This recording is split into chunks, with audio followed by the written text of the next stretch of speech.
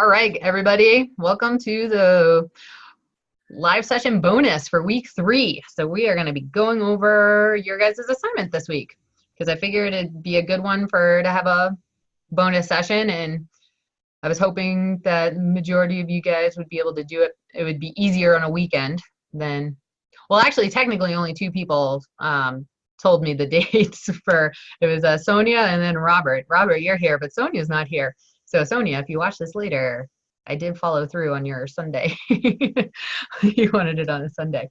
So, so the assignment. The main concerns is, right, not having people go over for over 40 hours, which is tricky if you guys hadn't noticed. Other areas that people don't realize, they need more managers than they actually originally thought they needed, right? Was that a good chunk for everybody here? You guys can actually talk, so you can unmute yourself and Split shift. Got 3 managers. Okay, wow, all 3 of you started. Okay, Heather, you go first. Split shifts. Split shifts. Okay. And then Timothy, what's yours? You actually told me to lose a manager. Yes, because you had so many. You had like 5. Yeah. And then Robert, what else? I only got 3 managers. Mm-hmm. So, and it worked out perfect because I'm only open 5 days a week. Yeah. Well, if you're open 5 days a week, and that's the difference too, because some people, their concepts are different. Some people are open 24 hours, and then other places are open 5 days a week. Other places are just open for breakfast and then again for dinner, and then they take that break in between during lunch. You have a whole variety, and that's where knowing your concept really helps, because then you can really narrow down like how much people you really need in that kitchen and how many servers you need, how many bussers, all that kind of stuff. So the only thing that really drove me nuts was doing the front of house and the managers, because me having been a kitchen manager and an executive chef, I'm just used to doing the back of house. I know, so but the house really threw me off. Yeah, but you're the owner, right? So you have to know both. You have to know both sides to make certain that you got a good flow. You have the systems in place that it's gonna be smooth and it's gonna be consistent every single time for every single customer. So what were some questions that you guys had right now? I've got one. Okay. All right. So I guess the hardest thing that is throwing me off making the schedule is being a manager before. You're based on labor percentages. You're based on schedule hours, people's what's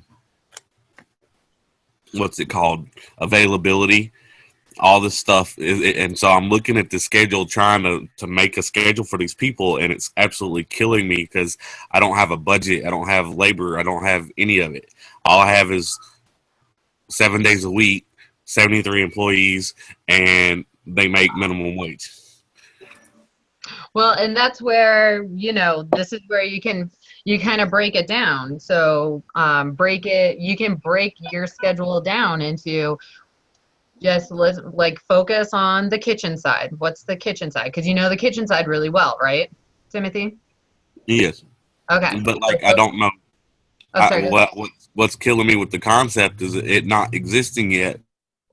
Is you schedule your shifts based on your sales, and so how busy is my restaurant going to be that first week or this week? Am I overstaffing it because we're going to do $30,000 in sales, or am I understaffing it because we're only going to do $5,000 or $6,000 in sales? So, and I'm going to tell you this too, Timothy, that it is hard when it's brand new and it's still just a dream. But when you're talking to investors, they want to know how busy you anticipate being. So that's why those first weeks we're doing all that research. You needed to know your demographic area, right? How big the population is, so you can kind of be able to figure out that once we get to marketing, we can kind of narrow that down to figure out how much of that demographic is actually going to be your target market. So it is hard, and but it is something that you have to do, even, and it's you're expected to do it, especially for the investors, because they want to know, okay, like, you think you're going to have that average of like 50 people per hour. So that means that you're going to need at least 4 to 5 kitchen staff. That means that you're going to have your wait staff at, you know, having them have like 5 to 6 or 4 to 5 tables, depending on your concept. Those are things that they're going to expect you to know. So, which is why we're practicing it now, so that you can kind of get it going and get used to seeing how much you want to do. Because you really are, you're doing a higher end, like fine dining. You're doing much more of a fine dining experience, Timothy. So you are going to have a higher amount of labor and a higher labor cost, because you're doing that high end, versus your food costs are going to be a lot lower, which is where you're going to make it up for those percentages. So you may end up having like a 45% in labor costs, but your food costs are going to be significantly lower. They're not going to be at that 35%. They're going to be at like that 20, or, you know. So you just think of it like those things. Got you. And then just break it down. So just do the kitchen first, because you know the kitchen, and then even break it down further for the front of the house. So you're going to have a bar area. Do your bar area. See how many people you're going to need for that bar to function properly.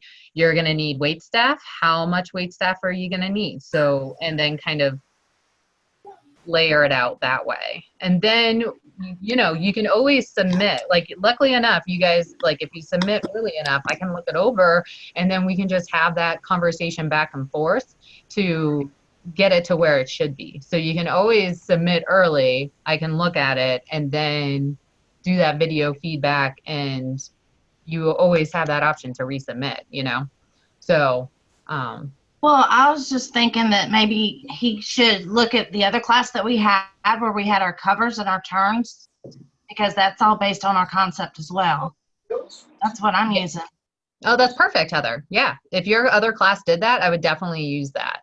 Do you have that, Timothy? We had to do that. We had to do the whole layout. Mm-hmm. Okay. So do you have that talked stuff? the other day, we was going to have 650 seats. Yeah. Yeah. Because you have a lot. So, and then Patricia, what's your question right now? I know we should err on the side of caution when we're, you know, trying to come up with a guesstimation of, you know, how the sales, projected sales. Is there a buffer that you go by, like add a 5 to 10% buffer on, like, as far as, like, you know, what we think we'll do volume wise for each shift? Is there a guideline that you suggest, or should we just stick solely to those numbers that we've projected? Well, I would use the numbers that you projected, and then as Heather said, you guys did that in your other class, right? So I would use those numbers that you used off your other class. And then did you guys look at the articles that I sent out on Friday? Did those help?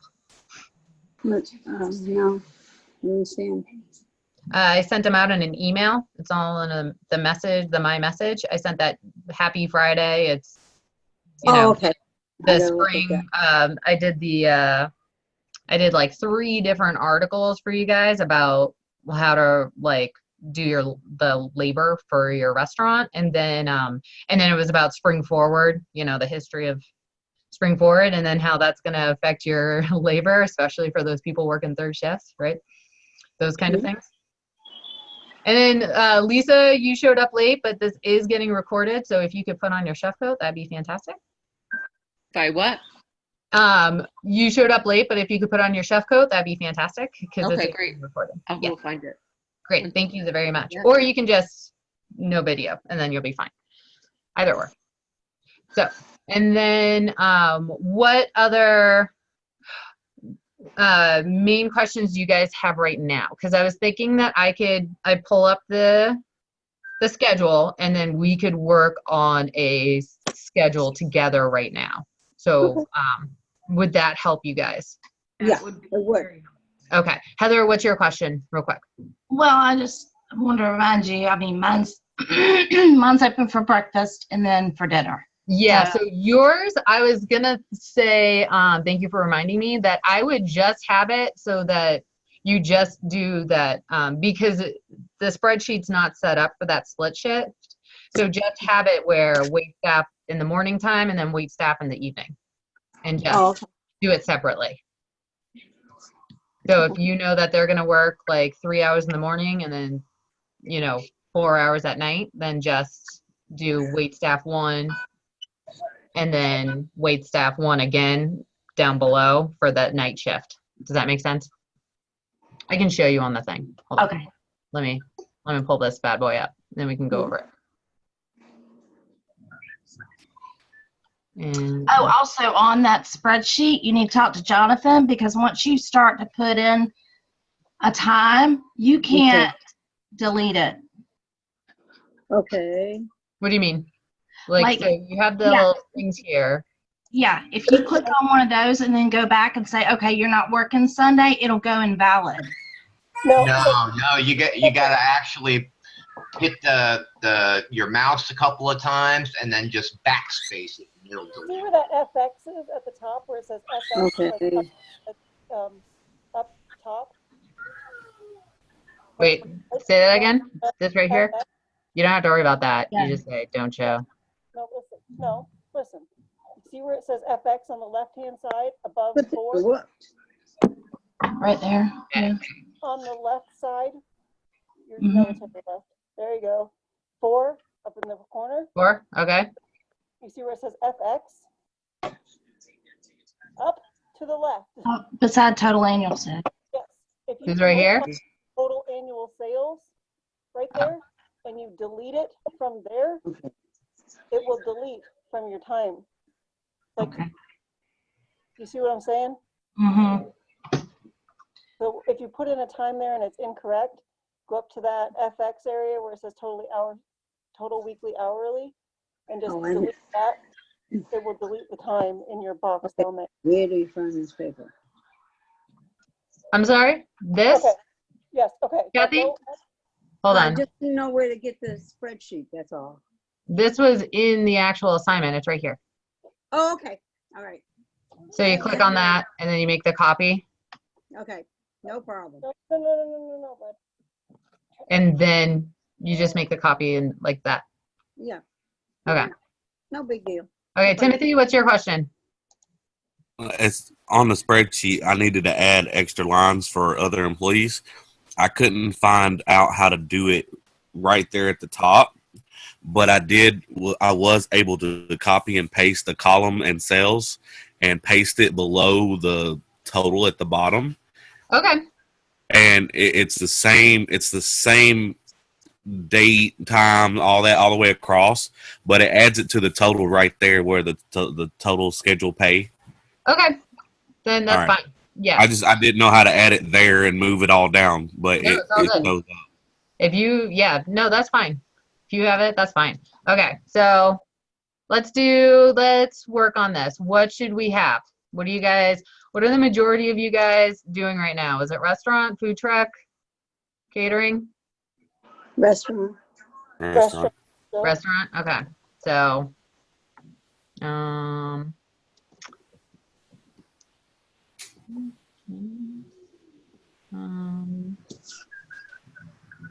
Seafood bar and grill. yeah, sure. Boy, you started writing in Sebastian. I was thinking Sebastian, Florida for a minute. Nope, I was thinking my son's name is Sebastian, but we can do seafood bar and grill for the Little Mermaid. So there you go. You guys remember that part? The crab is Sebastian. Le poisson. Le poisson. How I love le poisson. Okay. I'm gonna be the owner. So remember this. This was one thing that I really want to make certain. If you guys watch this afterwards, for those who couldn't show up for this, is that you as an owner, you have to remember that you are going to be busy marketing. You're going to be looking at the numbers. You're going to be doing these fun schedules. you're going to be doing a lot of things, which means that you are not going to be in the kitchen as much as you may have thought you're going to be in the kitchen, because you are doing all of the work of being an owner. So you have to do all of the HR stuff, making sure that all the policies and procedures are in place, doing things like, having it like management by walking around. You're walking around, making certain everybody does their job. So you have to remember, sometimes you're not going to, your main focus, especially for like a restaurant, is not necessarily going to be in the kitchen. You may be in there, and I can tell you, like, Chef Greg will say the same thing if you guys have had Chef Greg yet. He was an executive chef for First Bank, and majority of the time he just stared at his computer the whole day. He was like, I can have somebody make something delicious and bring it to you, but my main concern is looking at the numbers, making sure that you're making a profit, doing the marketing, all that kind of stuff. So remember that when you're looking at your own, when you're doing for an owner, because I saw some people who put themselves down for 14 hours a day. And while I have done those type of, hours, my husband will definitely tell you I am not a pleasant person. So if it is consistent, so something to think about. Heather, what's your question? Excuse me. In our other class too, we learned that when we did our schedule in the other class, that we had to have a manager or an owner there in the morning and when they close. So I had to go back in my schedule and make sure that, the waitress or somebody working till 11, we had a manager also working till 11. Correct. Because you don't want stuff to disappear, right? You don't want your liquor to disappear. You don't want all of a sudden pieces of tenderloin to go missing or anything like that. That's why you want to make certain that you do have a manager there that will take care of opening and closing and making certain that another set of eyes is there to make certain nothing's walking away. And then what's our hours for this thing? Seafood Bar and Grill open Wednesday through Sunday. What's our hours looking like? I think it would be unfair. 11 to 11. 11. Because most restaurants don't open at 10 o'clock if they're just lunch and dinner. It'd be like 11 to 9 for seafood. Yeah. Why don't we split the difference and do 10 p.m.? Don't go to the Florida Keys at 10 o'clock and expect it to be closed. Those are usually open real late. Well, that's where it's always important to know your area, right? To know what your location and your demographic is doing and looking at your competition. That's why we're always checking out and doing that research, so to see. But we'll just go split the difference in between. So I'm going to be the owner. What do you think I should work? Probably an 8-hour shift, basically. Yeah. So what do you think I'm going to be doing during my 8-hour shift?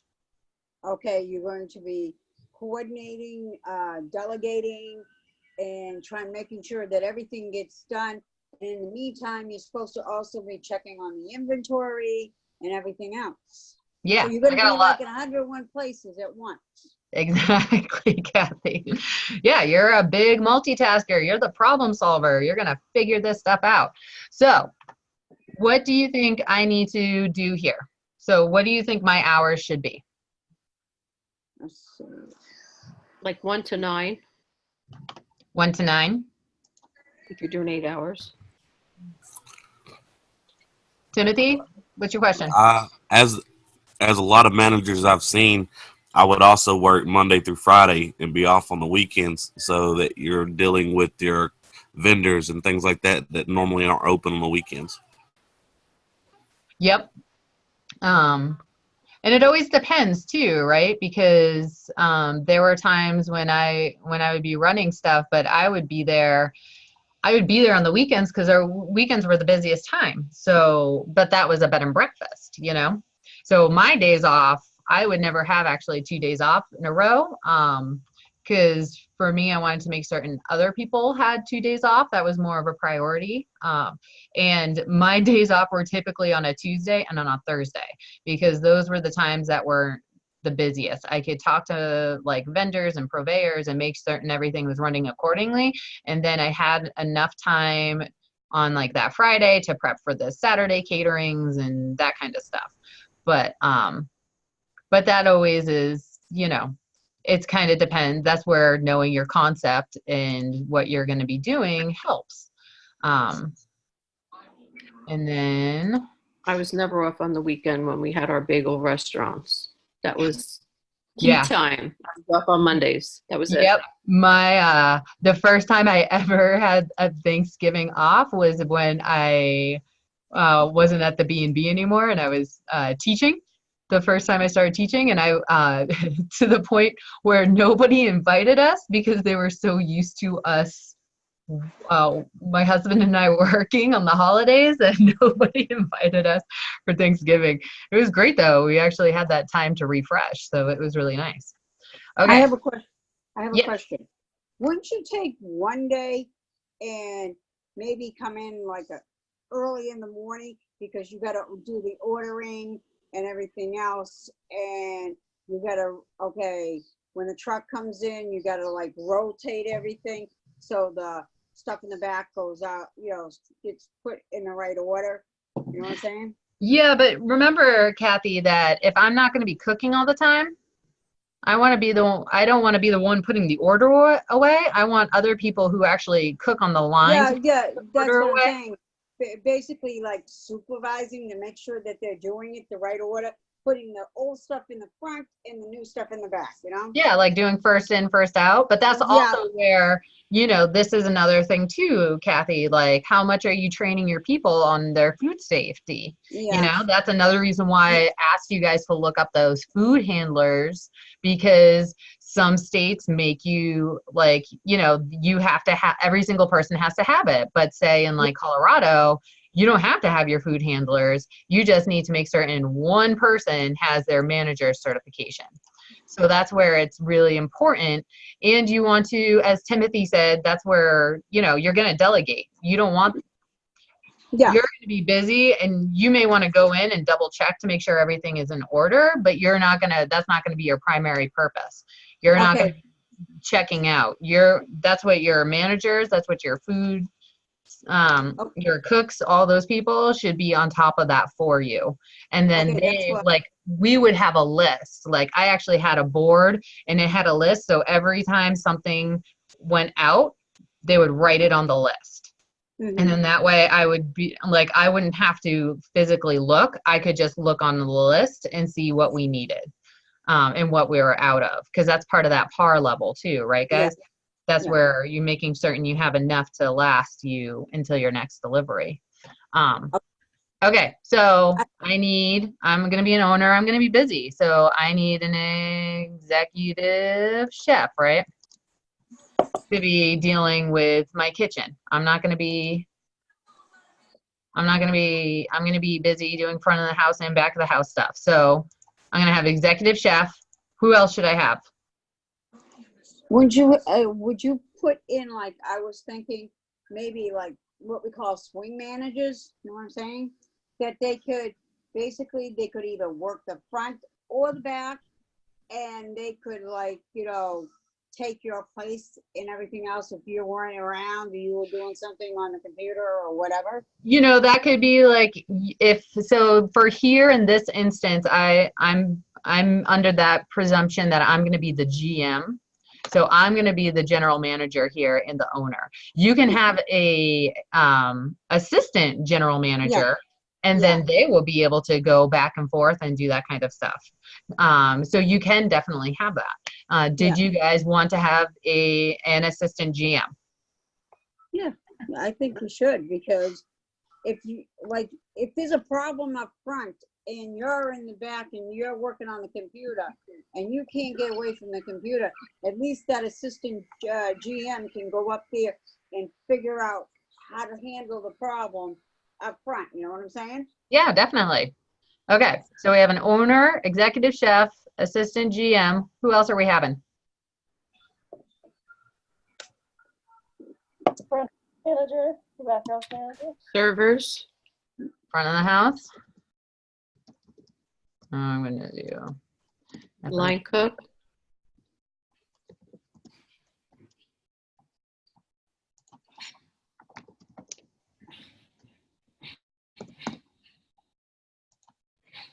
And then I have like that. executive chef, front of the house manager, line cook. Who else? Well, what Server about one, server prep- two, A prep man, person? Yep, Garden that's the front of the map. house. That's Okay. FOH is front of the house. And Okay. then BOH is back of the house. Is this a restaurant or fast food or what?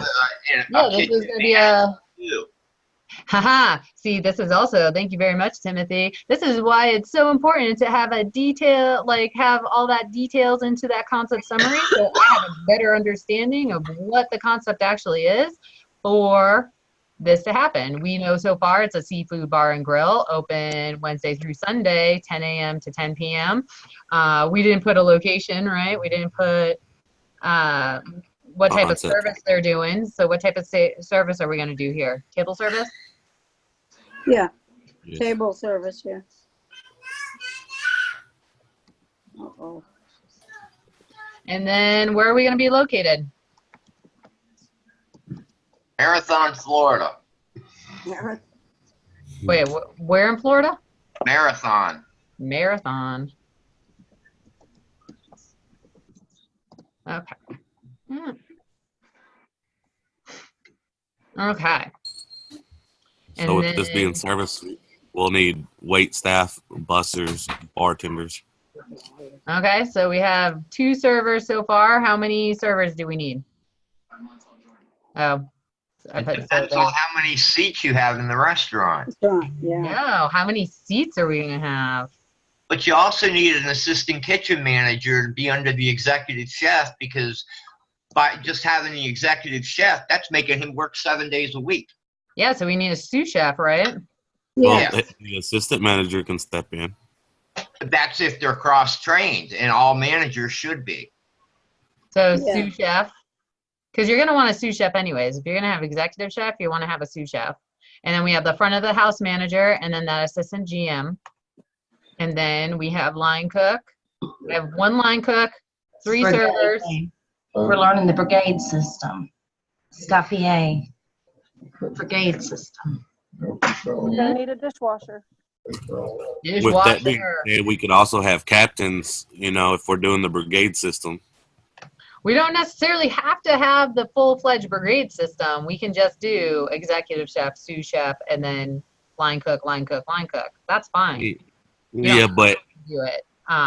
if we used captains, like I've had in other places, you would eliminate the need for the assistant manager, because they would go back. Their job would be dealing with the guests and making sure the food's going out. They'd be back and forth all night. So, and you can remember too, how many front of the house Expediter. managers are we going to do? It's an expediter. How many what? How many front of the house managers are we going to have?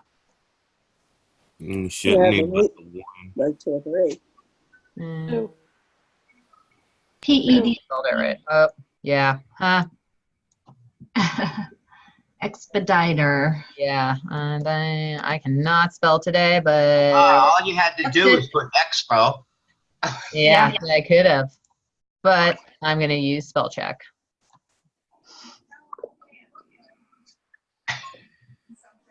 What? Hmm. I don't think I spelled that right. I think it is right. Is it? Mm, Yeah, expediter. This is why I have spell check, folks. Beauty of spell check. Yep, okay. I Yes. did spell right. Look at that. Okay. We have servers, we got dishwasher, expediter, I got a executive chef, assistant GM, front of the house manager. I got one line cook. That's going to be a problem, right? So how many, and I have 3 servers. And how many stations are we going to have in the kitchen? Yeah, The cook can't just run them all. I know. So what are we Chef gonna do? Rachel. Yeah. Chef Rachel, could you go back up to the top where you put in those hours Yes. and go to Sunday? This one right here? Yeah, and just like try to delete it because it's not going to let you delete it. Is what I'm Well, trying to tell you. But I don't want to delete it. I'm just going to I change. know, but I am having problem. Oh, so then you just go like that. Yeah, that's what I told you. So up here. Oh, that FX. Thank you. Sorry, I was like trying to see. I was like, what FX are you talking about? But you're talking about that one. So then, yeah, you just go like that, and then you just highlight and then delete. Backspace. Okay, it just threw me off one time. Yep, you're fine. That's why we're having. That's why we're doing this right now, so we can go through it all, right? It won't take me that long. So, so then I have 3 servers. I have a sous chef. I have 2 dishwashers and an expediter. What else do I need? What about a You're porter? gonna need at least 2 or 3 more line cooks. Yep. I need line cook. And I did not hear what the other person said. A porter? How many A person, stations? person that changes the trash liners and the A hostess. What about the hostess? Yeah, hostess, right? Greeter. And then You need a bunch more servers. toaster, like a toaster. So hostess, I got servers, I have 3 line cooks. How fancy are we gonna make this Mama Jamma? Are we gonna be high end? Are we gonna be just cash, or what are we doing? What's our food looking like?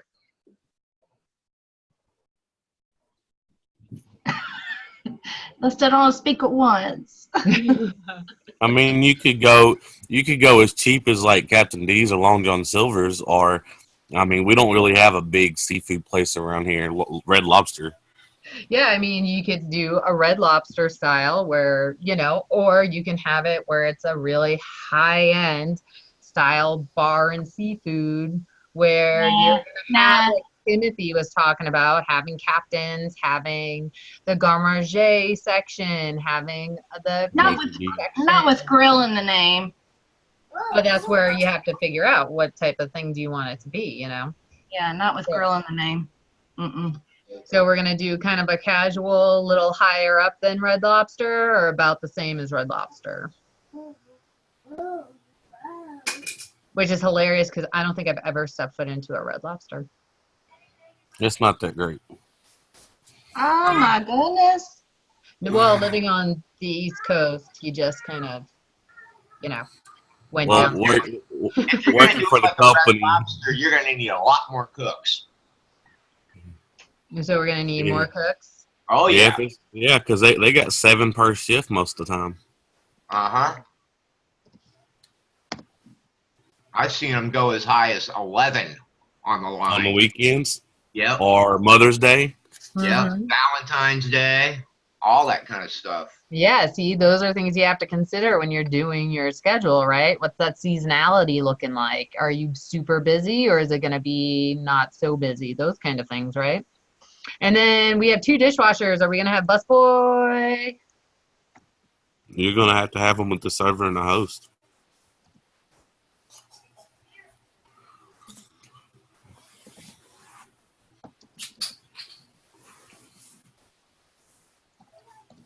You need more than 2 dishwashers. Yeah, how many dishwashers do you think I'm gonna need? For that concept, probably 4 or 5.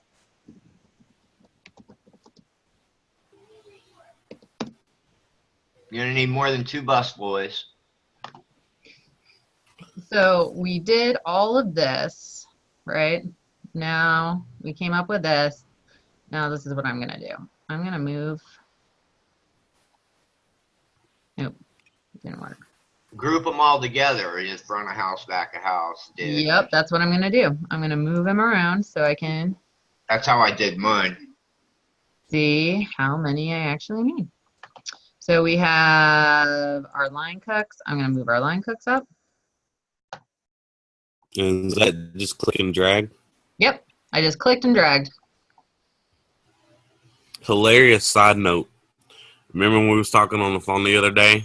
Yes. And I told you that Texas Roadhouse calls their bussers essays? Well, majority of our essays are Hispanic, and so I really thought they were being racist, and I did not like the fact that they were calling them essays. Come to find out, that means server assistant. S-A. Well, now you know, right? Yeah. Well, it makes me feel so much better about calling them essays. It's like, now you know. Okay, let's move this down. I'm going to put you all the way down here just for now. Okay, so I have this. I'm going to move my front of the house manager down so I can put my sous chef up. You guys see how I'm just like clicking on it and then just dragging it? That's how you can do that. So I just did a click and then I captured it with the little hand thing, and then you can move it up or down. Would you not want your manager schedules to be together? Well, I was going to do it separate right now, where I'm going to have my back of the house in one section, and I'm going to do my front of the house in another. I still have my GMs, me, my executive, that should technically be up, but I'm just wasn't going to move it. And then I'm just going to do kitchen right now, so that way you guys can see it more, what's happening. And then you can keep it separate where you just have that front of the house versus back of the house. That's fine, because then you can really see, because you don't want to rely on kitchen managers doing anything in the front of the house, because that's not their forte. That's not where they live. So you want to make certain that you do have enough managers in that front of the house as well to watch, to make certain that the bar's good, the wait staff's good, all that kind of stuff. So wait, I'm missing a dishwasher.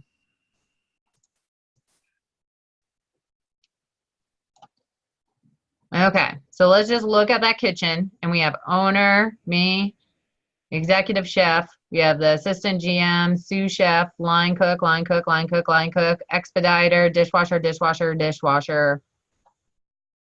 How do you guys feel about this? Should we start filling these up to get a better feel for your back of the house? Now I see why it took 3 hours. Yep. Robert. Yeah, right? Actually, this is really bugging me. You know. Did we start with the salary? You still need more line cooks. 4 line cooks for being open 7 days ain't gonna cut it. Well, I'm not open 7 days. Remember? Huh? I said I'm not open 7 days, remember? Oh, okay. Okay. Even We only have still, 20 4 minutes. line cooks ain't gonna do it, because you'd still be burning them out. Because that's a what? You said 11 to 10? Well, if you're only open 11 to 10, those line cooks are going to be in earlier before they open the prep, and they're going to be there late to clean the kitchen. So that would be working them to death if you only got 4. Yep. So, yeah, we're open Wednesday to Sunday. So Monday and Tuesday, you guys don't have to worry about. And then let's just start with we won't look at assistant GM right now. We're just going to start with the kitchen. So when do you guys want your executive chef cooking? Early. I think he should be Start there. early. I heard early. What were you going to say, Timothy? With your executive chef, more than likely he's going to be doing all your ordering and product materials. I would have him working early on the week, and then on the weekends I'd have him there on the busier time at night. Yep. So then we open at 11. What time do you think they 8 should o'clock. He 8 should be o'clock. there between 8 or 9. 8 or And 9 he'd o'clock. do all all of his ordering, inventory, all that stuff, and then he can hop on the line at 11 and start cooking. So 9 a.m. Or you wanted 8 a.m., right? 8 a.m.? I said 8 a.m. You can do 8 a.m. And he should be off probably about 5. I'm good with that. 8 a.m. to 5 p.m. And we're going to do Thursday, 8 a.m. to 5 p.m. again, right? Mm-hmm.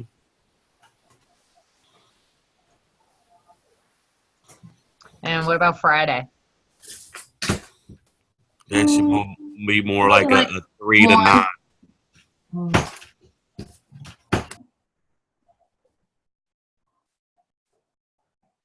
Why did you go up there? Okay, hold on.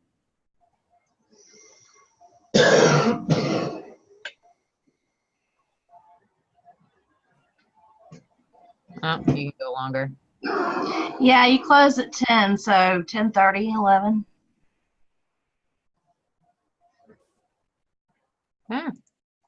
Wait, what time did we have it go until? 10 p.m., Close right? till at 10. Okay, so yeah, 11. Because we got to clean up, right? Yep.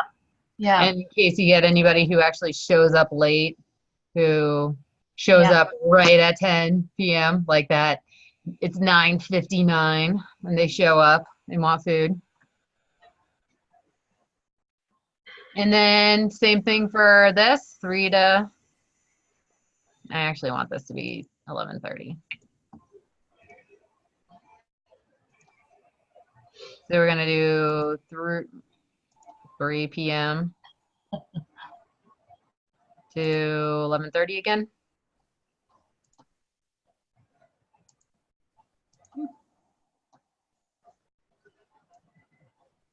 And then on Sunday, he could probably do like a mid shift. Like he could work from like 12 or 1 and then get off early. That'd be his early night. So have him show up right around. I don't know. 1, 2. 7 or 8. That'll cover both your rushes. There. How's that look? And look at those hours. Not enough. No, you can have it be there, and then just remember that you set the schedule, but that reality is that they're probably going to be there longer, right? But at least having that guideline to go off of, and then having that basis, and then this is where you take other things into consideration that we don't have, like Timothy was talking about. We don't know if there's going to be caterings. We don't know if there's big groups coming in because it's graduation weekend or anything like that. Obviously, you're going to change to accommodate those things, but this gives you that guideline to go off of so you can get that rough estimate of, you know, what your week is typically going to look like, knowing that it will change due to different variables. So, but that gives it a good base. So that executive chef, he's working 40 hours. He's looking pretty good. What do you think his sous chef should do?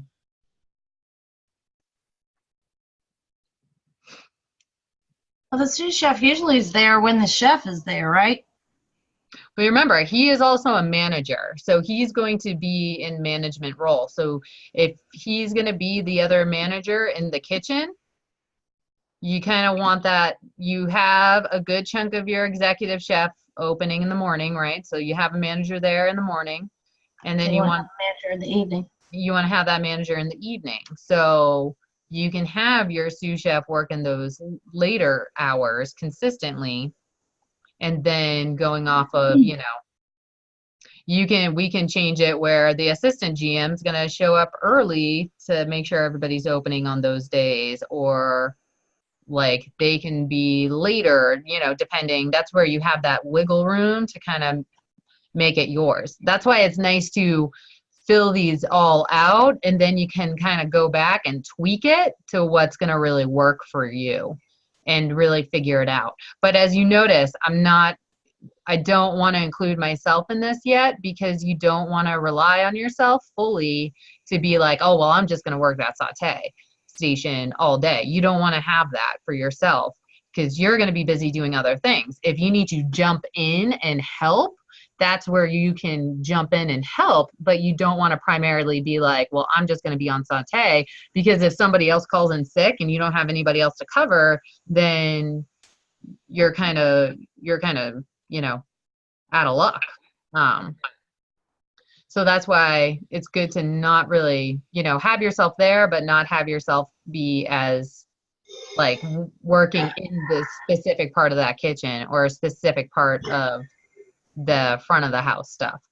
So, so we got executive chef. What do we want our sous chef to do now? Knowing those type of things.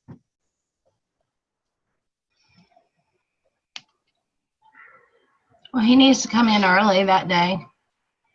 So which days? Sunday. Sunday. So what time you want him coming in on Sunday? He's coming in 8 a.m., 9 a.m.? How much time do you think we have to prep? 9. Let's say 9. And then what time will he go till? Probably 1. 9 to 5? 1 or 2. Well, he can stay for longer, right? Because we're open 5 days a week. No, we are? I thought it was Wednesday through Sunday. Yeah, Wednesday through Sunday. So we're closed Monday and Tuesday. Oh, that's 5 days, isn't it? Yeah. Kind of make me want to change my concept so I automatically have everybody's off days. Yeah, I know, right? Isn't that nice? You got it instantaneously so that you can have Monday and Tuesdays. Boom. Everybody's off. That's what I did with my bed and breakfast.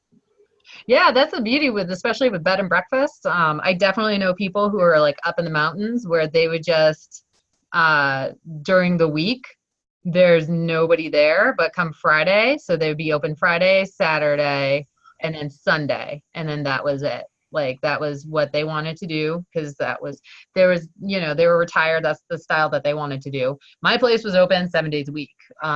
We opened every single day. The only time we had off, like I gave everybody a week off for Christmas. That way, because I had a lot of people, especially in Colorado, were from out of town. So that gave a chance for everybody to go home, be with their families, do all the traveling, that kind of stuff. And not work on a Christmas. So, but that was what I wanted to do, so it's going to be, that's where it's kind of nice. You get to decide, what do you want to do with your place? So we have 9 a.m. to 5 p.m. right here for the sous chef. What about Wednesday? When do you want him working? You would need to probably work that evenings. Okay, so we're going to have him do that Shift. the 3 to 11, right?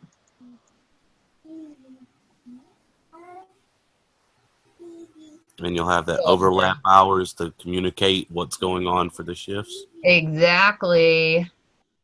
It's like you read my mind, Timothy.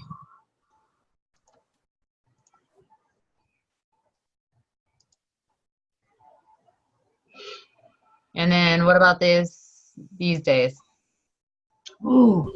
Those would probably be the 9 to 5, 9 to 8 shifts. Because your executive's closing. Yep. Yeah, but you don't want to work at 11:30 and then go in and be there at 8. Ugh. Yeah, that's things you have to consider too, right? Yeah. That's also where, remember, their management. Those are things you want to think about. Is that really nice or is it not nice? Those kind of things. Yeah.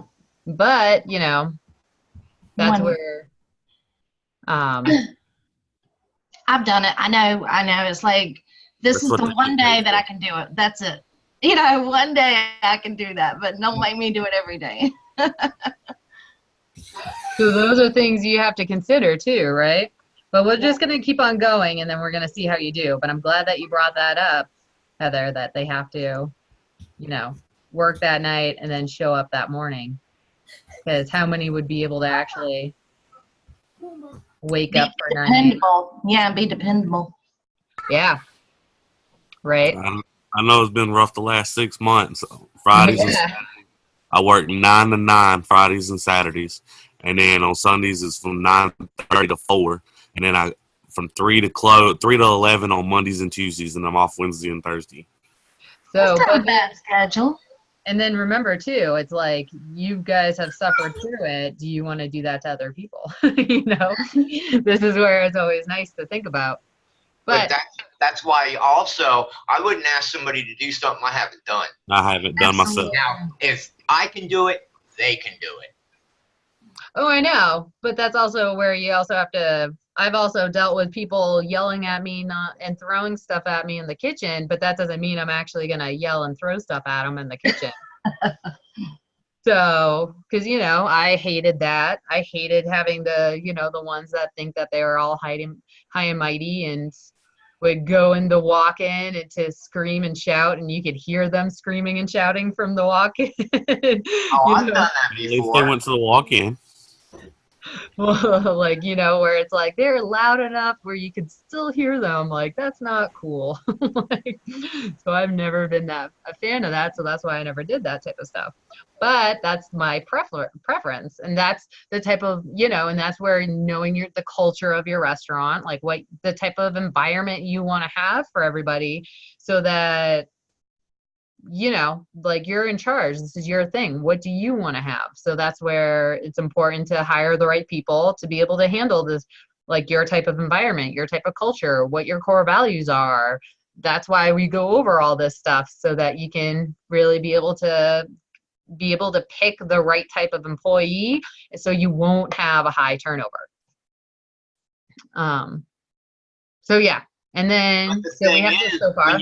When you first open a restaurant, you want to overstaff because there's going to be a lot of people that can't hang. Well, and that's where I was always for one, where I made certain to when I did the, interviews, I was not like, this place is butterfly and roses, especially for the B&B. I was like, look, 90% of your job is cleaning. Like, that's what you're going to be doing. You get to have 10% to actually have fun and bake and cook, but the majority of the time you're going to be cleaning. So, like you just have to make certain that you are you're upfront with people about that type of stuff so that you're not like, oh yeah, you're going to be like baking cookies all the time. And then you come to find out they show up and it's like, yeah, now you have to clean like 8 rooms, get up in there. Good luck. Somebody vomited, go at it. Like you want to make certain that you are definitely upfront with people, with how the job is really going to be. Okay. What are we going to do for our line cook? So just for the sake of it, just say we had 4 more cooks or something like that. You'd want 2 or 3 of them pretty much same hours, from 9 or 10 to 3 or 4. Yeah, we can have that. And then we can even your other ones running the opposite shift. Yeah.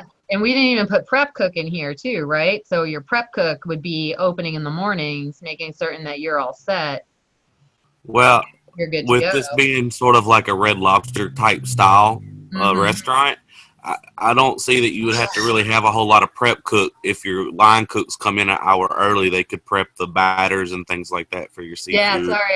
Yeah, thank you, Timothy. I forgot that we were saying Red Lobster-esque style. No. But you still want to be there a couple hours, at least 2 hours early. An hour and a half, 2 hours. Well, not if you've got 3 line cooks.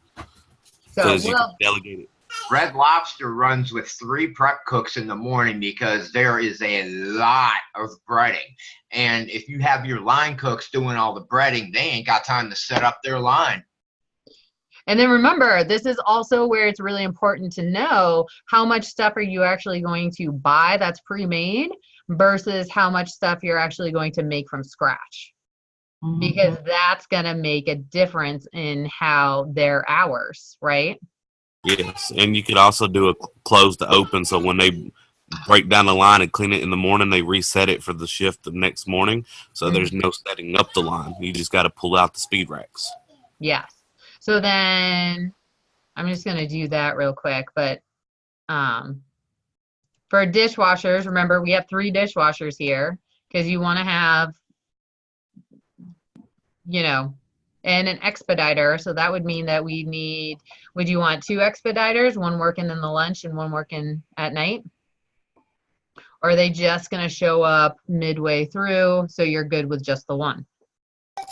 I would probably, with this type of service, just have them work that mid, and that would cover your lunch and your dinner rush. Yeah.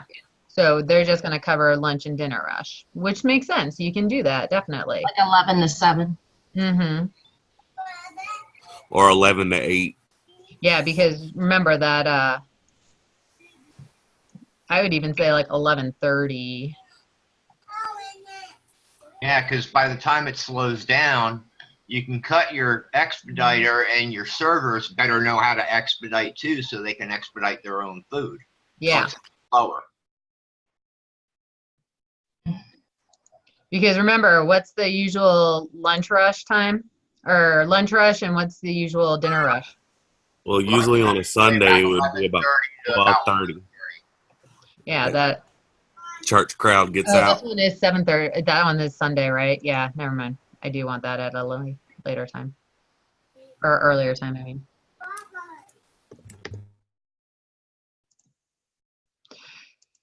And then, but on a Friday, Saturday, that's going to be a little different.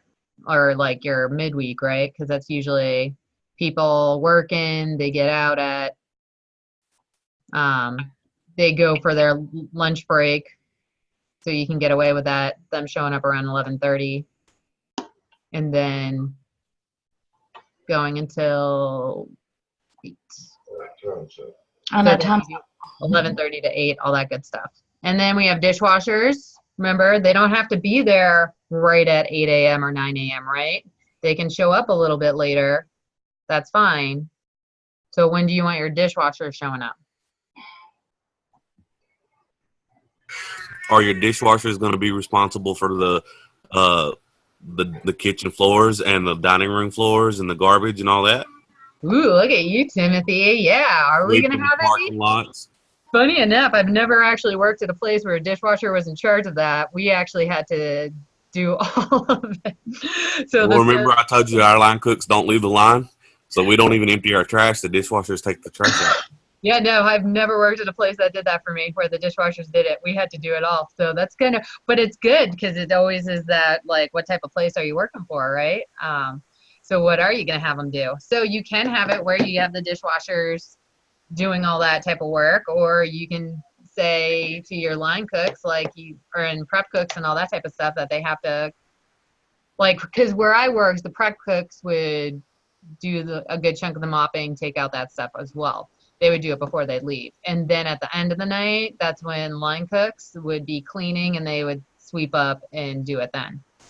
So, but it's always dependent, right? That's where it's good to. And you can also have, for your waste control, I've worked at fast food restaurants where we have waste buckets. All your wasted food goes in a bucket so it can be weighed and counted. Oh, look at you. Boom. Yeah, so you can really see where all that stuff is going, right?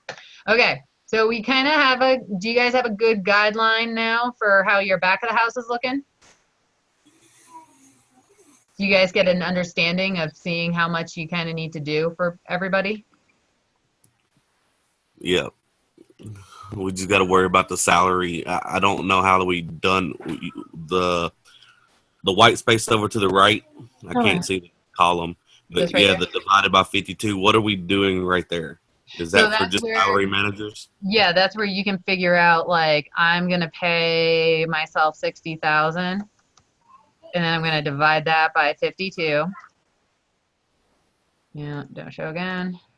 And then that is my rate. So that's my weekly salary rate. So I'm putting that number in here. Mm-hmm. And then that's going to instantaneously move it up here. You see how it does it automatically? Like, I didn't touch anything up here. It was all calculated. Because so that's just down, it so shows that's just for right salary then. If you're yep, doing your hourly, the hourly rate. And then hourly rate, you just put this bad boy over here. So let's just say this person was going to be $17 an hour. It instantaneously does it for you right there. Okay. So you see how it does that automatically? And then I'm going to do $12 an hour. Oops, or I did 12,000. That'd be real. I would want that job, right? Yeah. And So then it does it instantaneously. And then you come down here and it shows it all here. when like I've done this before, we used, I guess it was like an Excel spreadsheet. Mm-hmm. And what you would do is right there where your weekly hours are, you would just go down and click the hours and put like 35 hours or 32 hours or 37 hours for different employees based on your full-time or your part-time. And then it would generate a schedule for you. Oh, look at that. That's cool. And then you would tweak it based on what you needed them to do. Yeah, that's cool. That's what I was talking about, that copy and paste. That's so much easier. Yeah. Yeah, no, that is great. And then there are those other ones that I showed you, like the different server, or like the, what was it called? The serve something. Those two different platforms, the softwares that I showed you guys that you could use for scheduling. You can put that in there. And I do even think that stuff like QuickBooks, they have a scheduling aspect in there in that system. So you can find systems, but just because you're in school, we're showing you, it's always good to know how to do it in something like a spreadsheet in Excel. And then that way, you know the basics, and then you can get the fun software to match it. But at least knowing the basics, you can throw it up and not worry about, dealing with any of this type of, like the headache and not understanding it, like while you're in your actual doing the business itself. You can get that practice in while you're in school. Okay, so we do have a hostess. We have the front of the house. Oop. And then we have all these servers that we got going on here, right?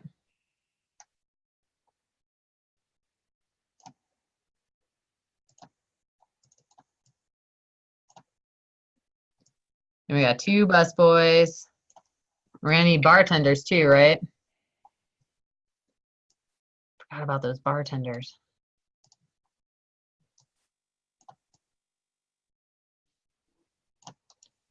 Paste it. There we go.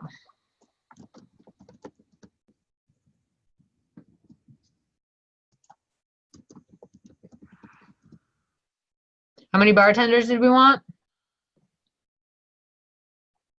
I would probably do 2, day shift and night shift. Yep, you can do that. Sometimes, you can range it off of like, what is it, like 40 guests per 1 bartender?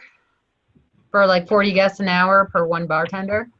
So if you expect to have like 100 and something people, you're going to want to have like at least 2 or 3 bartenders to help with the making all the drinks and everything. So I would even say 3 bartenders to be on the safe side. Per shift? No, because you have the different time frames, and then you can have that 1 bartender that can go in between, right? They can be that mid shift where they help in the, during the busy times. So you can have one that's like a morning or not, but lunchtime. You can have another one that's evening, and then you can have another one that will do that in between, right? So if it gets super busy, you have that extra bartender who helps, make certain that everything's stocked, all the glasses are getting cleaned, because those glasses don't go back to the dishwasher, right? Some bars, they have their own dishwasher, so they have to do wash their own dishes and do all that kind of stuff. So that's why 3 is good, because then, and if somebody calls in sick, you have a backup. Okay, that's strange. So we say bar and grill. So if we have bar in the name, I'm going to want to make certain my bar is really good. right? Yeah. Well, see,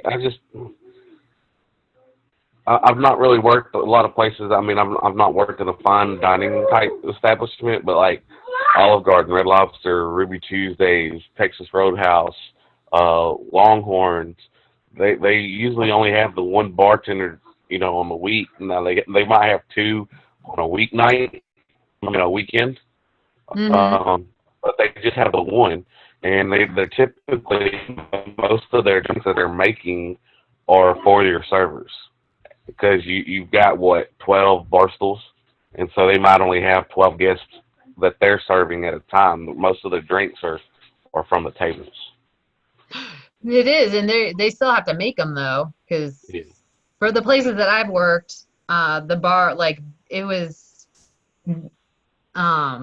and that's the difference where knowing what type of alcohol you want to do. If it's wine and beer, that's a little bit easier. But if you're gonna have like fancy cocktails, where they're gonna be doing like the smoked Cuban cigars, like with a lavender rosemary flavored martini and all that kind of stuff, then it gets more tricky. You need more, those take more time. So you need that extra person to be able to take care of those fancier drinks. This is why your servers have to tip out your bartenders. Yeah. Yeah. So I have worked at an actual bar before where you have two bartenders on shift at all times, and then you got a bar back so that they're cutting the fruit and they're cleaning the dishes and they're stocking the coolers. Yeah. But as far as the restaurant, like the ones I've worked at, they just had the one bartender. Yeah, no, I've worked at ones where they've had it like the two. They've had at least two going, and then where they had like one that was there all the time, and then the one that was kind of that in between where they would help make drinks, but then they would help clean, and you do those bar back style jobs. So Yeah, the day shift bartender closes down and resets while the nighttime bartender is setting up and taking over. So yeah, but then I've also I have friends who own ones where it's interesting. They do this is where it also depends on your concept too. They have it where it's like they call it like the Union Soda Shop, but it's like fountain drinks, and they have like those shakes and everything, but they're all spiked. So you have like these we call them fraps back home. Other people call them milkshakes, but where it's like the ice cream and the milk, and then they'll put like liquor in them. And those, those are sticky and they take time because you're adding all the liquor and making it foofy and all that kind of stuff. So they always have, he actually has like 3 bartenders on at all times because it's just such a mess to make all these drinks. And then they have the wait staff and servers and all that kind of stuff. So it's just, what type of menu you want to have. That's why it's always good to do those classes beforehand. So, like the style of menu that you want to have, what type of, hours of operation, where you're going to be located, all that kind of stuff, because then it can help you really figure out what, how many people you really need to make this actually run smoothly. For me, I want to have the 3 because that's going to make it run smoothly, because I want to do those higher end, the mixology style drinks, where it takes a little bit more time to go really with my seafood. And it's hilarious that we have actually bar and seafood because my husband's allergic to seafood. So he can't have shellfish at all. So it's funny that we made it be a seafood restaurant. So that's where, but if you only want to have one bartender, you can just have one bartender. That's where, knowing what you want for your concept is key. Okay. And then we have the servers. Do you guys think we have enough servers here? No? I see no's. How many servers do you guys want to have? Well, you have 4 servers. How many tables do you have? I know, right? How many tables did you want to have? Because remember, we can do about what? One server can do about 5 between that 4 and 6, really depending on how much it's going to be, how big those tables are, that kind of thing. But we could roughly say that they can do 5 tables per. So that's going to be 20 tables. But it's all of different times too, right? So we'd probably need about, if I said it's 20 tables, then we'd need about 8 servers. You have 4 8 servers, per shift. right? Mm-hmm. So 4 per shift, something like that. Yeah. Okay. So after we looked at this, did this help? Because we are at that point where we're running out of time. So I wanted to check to see how everybody feels about this so far. Yeah. Yes? Okay. Well then, if you guys are good, then we can make certain that you guys can submit. We can look it over again to make sure that it's good for you guys. And then, because just submit early, and then we can just go through it, and then we can do the video feedback and just go back and forth and make sure it's really solid. But did that help you guys? Timothy, Robert, did that help? It helped me a little bit understand it more. Okay. What about you, Robert? Did that help?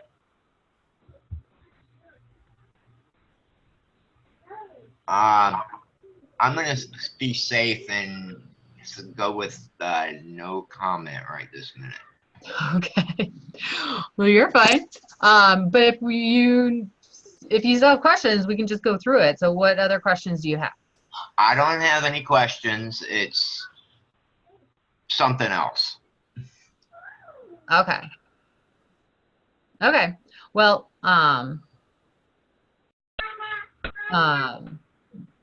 remember to look at those articles that I sent out on Friday, because those will also help give a guide. And then you guys should be good to go. I hope you guys enjoy the rest of your weekend, and it was fun doing a bonus session.